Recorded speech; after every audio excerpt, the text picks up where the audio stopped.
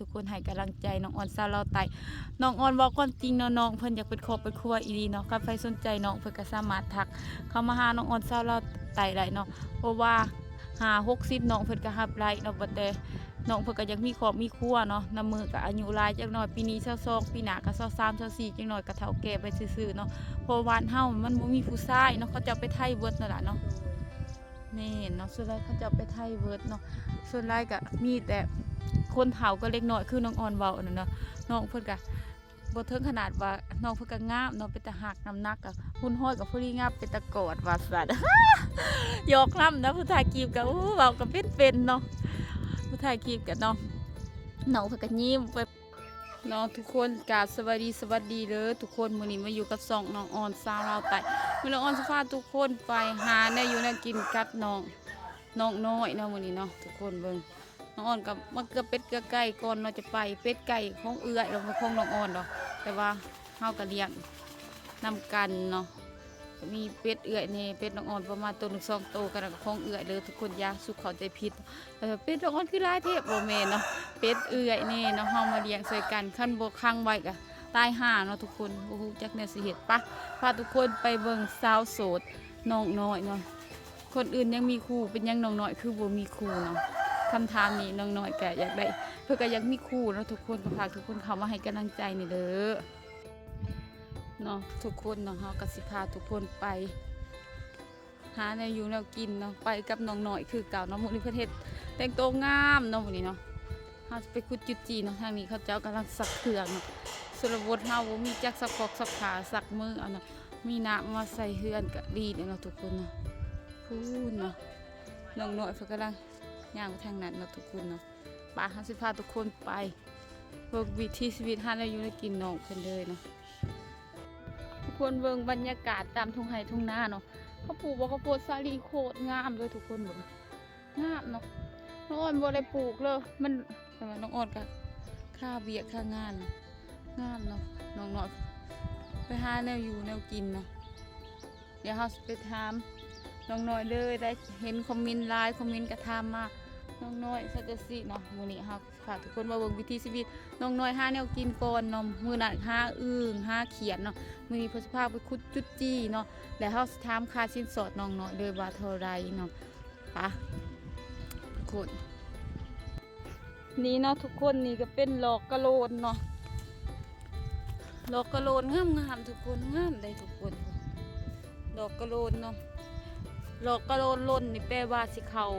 ไก่สิหอดละลูลำไห้ลำหน้าเนาะไก่สิเรียบปีใหม่บ้านเฮาก็เริ่มออกให้ออกหน้าเพื่อไปหา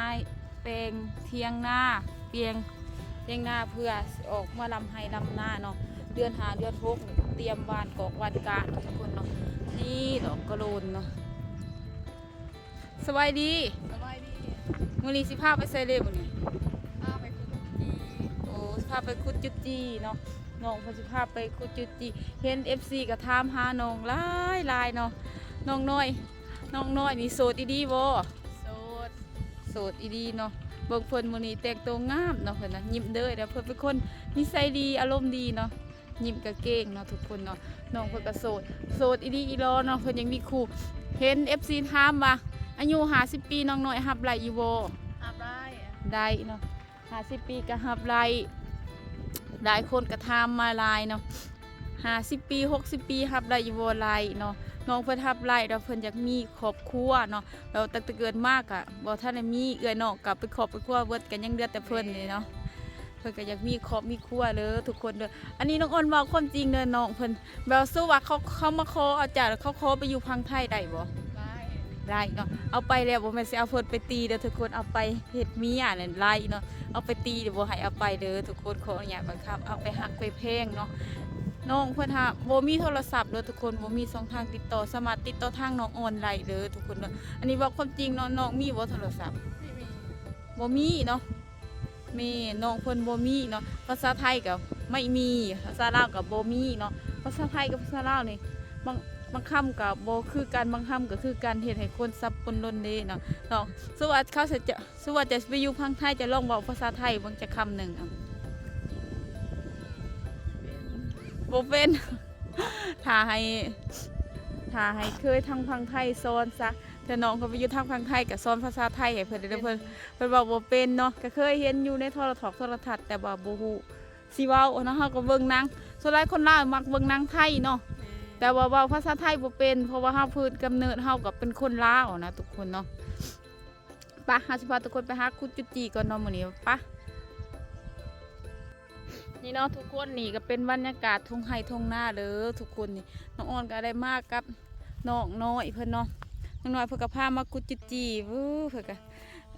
กล้องอาจสิบ่แจ้งเนาะเพราะว่ามันย้อนแสงเด้อทุกคนเด้อนี่อาหารตามกฎขี้ควายมีอยู่บ่ล่ะนี่นะบ่มีเนาะมันไปคุยจุจีใหม่เนาะ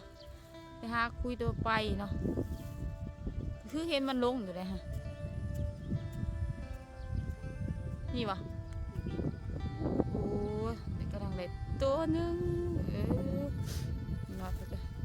เองเพื่อกับเป็นคนแบบว่าอวบๆในจักหน่อยผู้ที่งามเป็นตะหักจักโลน้ำหนักจ้ะ50 โลอู้เนาะกระสันนี่เด้ผู้สาวขึ้นใหม่มากะ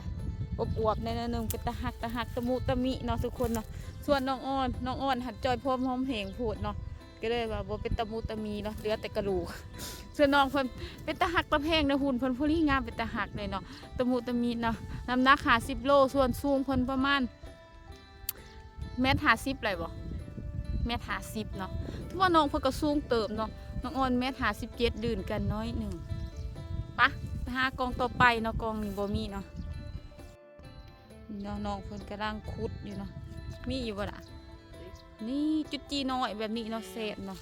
นี่เวลาเฮามาขุดจุดจีเฮาต้องใส่น้ำเนาะทุกคนถ้าบ่ใส่น้ำมันสิบินไปเนาะล่ะเนาะเฮาต้องใส่น้ำแมงสังน้อยบ้านเฮาก็เริ่มมีเลยเนาะเจ้าก็เคยบ่เป็นแย่แมงสังน้อยบ่โอ้มื้อหน้าพาเอื้อนไปเด้อเนาะทุกคนมาเบิ่งวิถีชีวิตเนาะคันทุกคนอยากติดตามวิถีชีวิตน้องเพิ่นอีกเนาะน้องออนก็สิไปอีกเนาะฝากทุกคนคอมเมนต์เด้อทุกคนให้กำลังใจน้องออนซาลาวไตน้องออนบอกความจริงเนาะน้องเพิ่นอยากเป็นครอบเป็นครัวอีหลีเนาะถ้าใครสนใจน้องเพิ่นก็สามารถทักเข้ามาหาน้องออนซาลาวไตได้เนาะเพราะว่า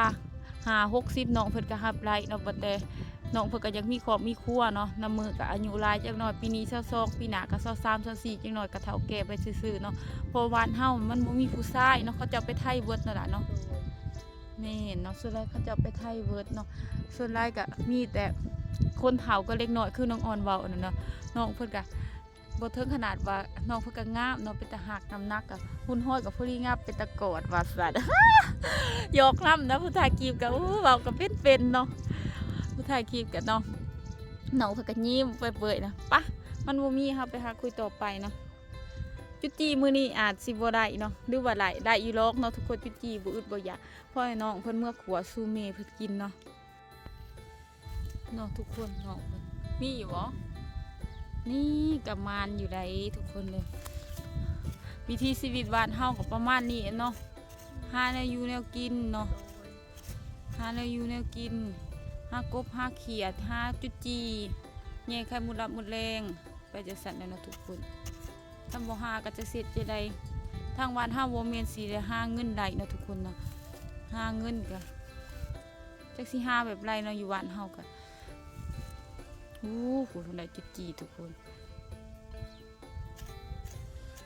หาได้อยู่แนวกิน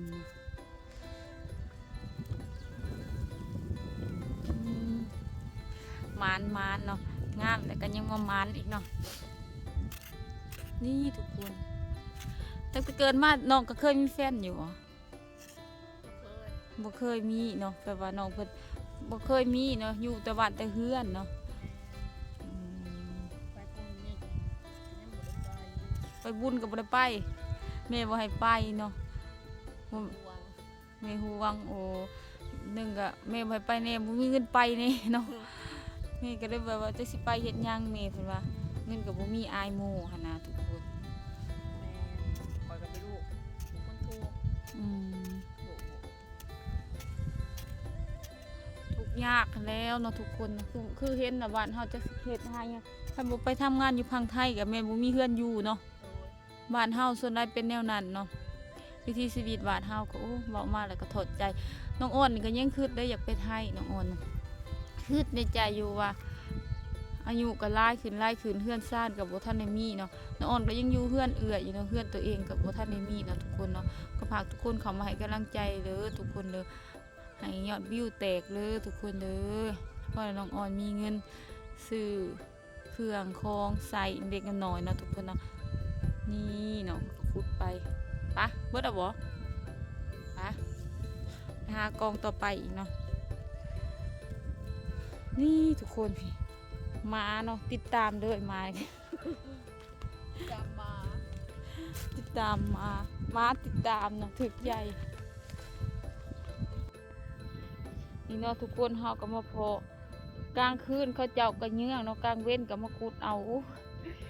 จะได้มีสิได้จุดจี้เนาะที่ไร่เนาะเฮาต้องย่างใกล้ๆเนาะทุกคนน้องอ่อนก็เลยบ่ได้พาน้องไปย่างไกลเนาะวันนี้เนาะไปย่างแถวใกล้ๆหมู่บ้านนี่เนาะใกล้ๆได้เฮาก็ย่านเนาะทุกคนย่านโจรย่านขโมยเนาะย่านพวกสูบยามะยารั่วเนาะเฮาก็ย่างแถวนั้นมื้อนี้เนาะแต่ว่าคันแบบว่าขั้นมือได้เฮามาก่อนเข้ากับไล่เนาะพอได้ขัวอยู่อย่างแถวบ้านเฮานี่เนาะแต่ว่ามื้อนี้น้องอ้อนกับจุดตะเวนขึ้นเนาะจะได้มากับน้องน้อยเนาะมันก็มาสวนนะน้องเพิ่นก็คูดเนาะทุกคนนะก็ฝากทุกคนให้กำลังใจเด้อทุกคนเพราะว่าน้องน้อยเพิ่นก็อยากมีครอบมีครัวคันแบบว่าถ้าใครอยากคูดจักแบบว่าอยากเว้าลำเพิ่นก็สามารถติดต่อหาน้องอ้อนได้เด้อทักมาทางเฟซน้องอ้อนสาวลาวไต่เด้อทุกคนชื่อเฟซน้องค่ะแม่นออนสาวลาวไต่สามารถทักมาได้เนาะทุกคนเนาะทักมาแล้วน้องอ้อนก็ใครสนใจน้องเพิ่นซ้ำหา60น้องเพิ่นก็รับไล่เนาะ50ปีก็แฮงดีเนาะ50ปีก็บ่แม่นสิได้เฒ่าเนาะพอดีงามเนาะเบิ่งแย่งน้องเพิ่นก็ได้เนาะบ่สัตว์ซะแบบว่าเขาว่าเฮาเอาวัยรุ่นนำกันเดียวนี่วัยรุ่นมันก็กินใบกระทอมมันยากเนาะเอากันไปแล้วก็ตีกันเนาะเฮาบ่คือเอาคนใหญ่เขาสามารถเลี้ยงดูแล้วเบิ่งแย่งเฮาไล่เนาะคือว่ามีลูกมีเต้านำกันก็สามารถเบิ่งดูเบิ่งเต้าไล่แล้วก็เบิ่งน้องเพิ่นเองก็ไล่เนาะน้องอ่อนก็อยากให้เอาผู้ใหญ่แน่เนาะ50 60ก็บ่เป็นหยังเนาะที่สามารถเบิ่งแย่งดูแลน้องเพิ่นไล่เด้อทุกคนเด้อน้องเพิ่นก็น้องเพิ่นก็เป็นคนหนึงที่ขยันเนาะเฮ็ดเวียกเฮ็ดของกินของอย่างน้องเพิ่นก็เฮ็ดเป็นเนาะเฮ็ดแนวอยู่แนวกินเนาะล้างถ้วยล้างบ่วงซักเครื่องซักของก็ไล่เนาะทุกคนก็ฝากทุกคนเข้าให้กำลังใจในเด้อเนาะหาของกินก็เป็นเนาะ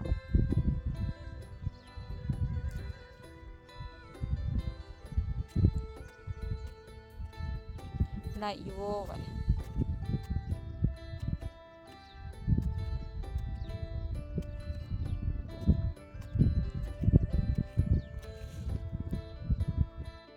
นี่เนาะทุกคนน้องคูดไปเดือนๆจนกว่าสิได้เบิ่งจุดจีก็โอ้หายากหาเย็นเนาะ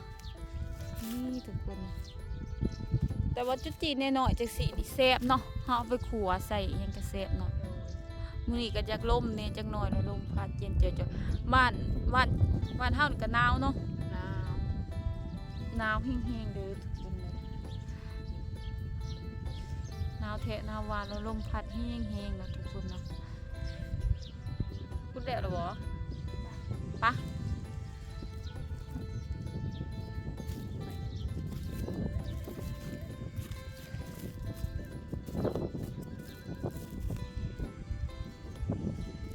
เนาะทุกคนเนาะน้องออนกะมักคุณจุดจีกับบัวไลเนาะก็เลยสิได้จบคลิปใบเพียงเท่านี้ใบพอกันคลิปหน้าเด้อทุกคนฝากทุกคนกดติดตามช่องน้องออนสาวลาวใต้เนาะน้องเห็น FC แล้วละออนสิถามคำถามน้องเพิ่นอีกคำหนึงเนาะเห็น FC คอมเมนต์ว่า50ปีน้องรับไล่แท้บ่ เท่ แท้เนาะคันแม่นอายเพิ่นมาขอนี่ไปอยู่พังไทยนี่ได้บ่ ได้ ได้เนาะทุกคนได้พังคำตอบเนาะไล่น้องเพิ่นก็ยังมีครอบมีครัวเนาะนำมืออายุหลายเอื้อยน้องก็เป็นครอบเป็นครัวเวิร์ดเนาะยังเหลือแต่น้องเพิ่นเนาะบ่ทันได้มีครอบมีครัวนับมือก็นับอายุได้น้องเพิ่นก็ล่มบ่าวก็บ่ค่อยเป็นหั่นนะทุกคนแบบว่าเป็นคนขี้อายนี่หั่นนะก็เลยแบบบ่มีไผมามักแบบน้องอ่อนก็เลยว่าเดี๋ยวน้องอ่อนสิลองเฮ็ดให้เนาะเทื่อไล่น้องอ่อนก็ดีใจนำเนาะคันได้เฮ็ดให้ทุกคนมาฮักกันเนาะ น้องก็รู้สึกดีใจเนาะนอนคำตอบแล้วน้องอ่อนสิพยายามเนาะพยายามขู่จากน้องเพิ่นก็คอมเมนต์มาน้องอ่อนก็พาทุกคนมาเบิ่งวิถีชีวิตของน้องเพิ่นหาอะไรอยู่ในกินตามทุ่งไร่ทุ่งนากับผักทุกคนเข้ามาให้กำลังใจน้องเพิ่นเด้อทุกคน สามารถคอมเมนต์ถามไหลอิหยังได้เลยทุกคนเด้อ50 ปี60 ปีก็แฮงดีเนาะสามารถมาเบิ่งแย่งน้องเพิ่นได้คือน้องอ่อนว่าเด้อเฮาเอาคนใหญ่กว่าดีกว่าเฮาเอาคนน้อยเขาเจ้าก็บ่ได้เฮ็ดให้เฮา